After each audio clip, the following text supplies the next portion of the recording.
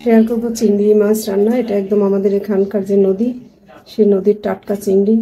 তো চিংড়ি মাছ কিন্তু আমাদের শরীরের জন্য অনেক উপকারী, অনেক অনেক কি বলবো, এটা তো শেল আছে, যেসব শেল আছে এগুলো আমাদের শরীরের জন্য অনেক উপকারী। কাঁকড়া, চিংড়ি, তো কাঁকড়া অনেকে খেতে চান না, কিন্তু চিংড়িটা খেতে পারেন।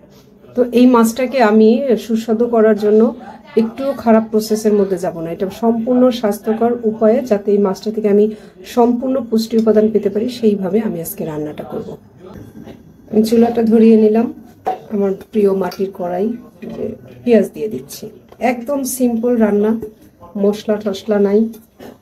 আমি শুধু মাছটার স্বাদ পেতে চাই আর কি, আর মাছের পুষ্টি। সামুদ্রিক লবণ দিয়ে দিচ্ছি। সামুদ্রিক লবণ কিন্তু ভিজে যায়, কখনো শুকনো ঝরঝরা থাকবে না, অল্প আছে করব। এবার আমি দিয়ে দিচ্ছি ঘানিতে ভাঙানো সরিষার তেল। পেঁয়াজটা একটু অল্প আছে, ভাজা ভাজা করে নেব। ঢেকে দিলে একটু তাড়াতাড়ি পেঁয়াজটা মজে যাবে। পেঁয়াজটা প্রায় ভাজা ভাজা হয়ে গেছে। একটু ডাবের শাল যেটা, সেটা ব্লেন্ড করে নিয়েছি। দেব হলুদের গুঁড়া, প্রাকৃতিক চাষের স্প্রে পদ্ধতির হলুদের গুঁড়া। মরিচের গুঁড়া, মরিচের গুঁড়াটাও তাই স্প্রে পদ্ধতির চাষ করা। অনেক সময় ভালো মাছ আমরা বাজার থেকে কিনে নিয়ে যাই, নিয়ে গিয়ে সেই সয়াবিন তেল অথবা বাজারের হলুদ, মরিচ সেসব দিয়েই রান্না করি। সেই ক্ষেত্রে কিন্তু মাছ ভালো হলেও তার পুষ্টিগুণটা আমরা সঠিকভাবে পাবো না। তাই শুধু একটা উপকরণ নয়, রান্নার সমস্ত উপকরণ হতে হবে প্রাকৃতিক এবং ভালো। দিয়ে দিচ্ছি আমি সবটুকুন। এই আমার মশলা এইটুকুনি, অল্প আছে, একটু মাখা মাখা করে নিলাম। চিংড়ি মাছগুলো দিয়ে দিচ্ছি।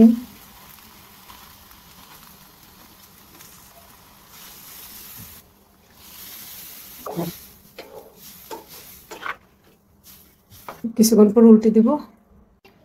একদমই অল্প আছে করছি মাছটা, মাছটা একটু উল্টে দিই আমি।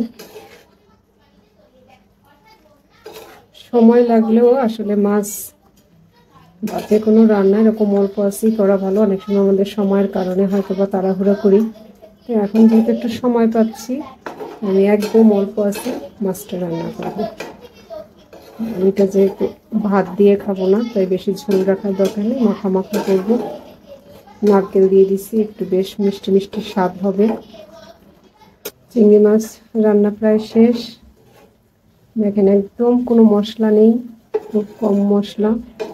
যারা অনেক মশলা দিয়ে খান তারা হয়তো ভাবছেন এভাবে কি খাওয়া যায়। আসলে এইভাবেই সবচেয়ে বেশি মজা লাগে, কারণ এই চিংড়িটাতে সম্পূর্ণ এর স্বাদটাই পাওয়া যাবে, খুবই মজা লাগবে। এবং চিংড়িতে যেহেতু প্রচুর পরিমাণে ওমেগা 3 আছে, সেই ওমেগা 3 ফ্যাটি অ্যাসিড বা সেলেনিয়াম, জিঙ্ক, এগুলো পেতে হলে আপনাকে এভাবেই অল্প আছে রান্না করে খেতে হবে। এটাতে আছে প্রচুর পরিমাণে B12, তারপর হচ্ছে প্রোটিন।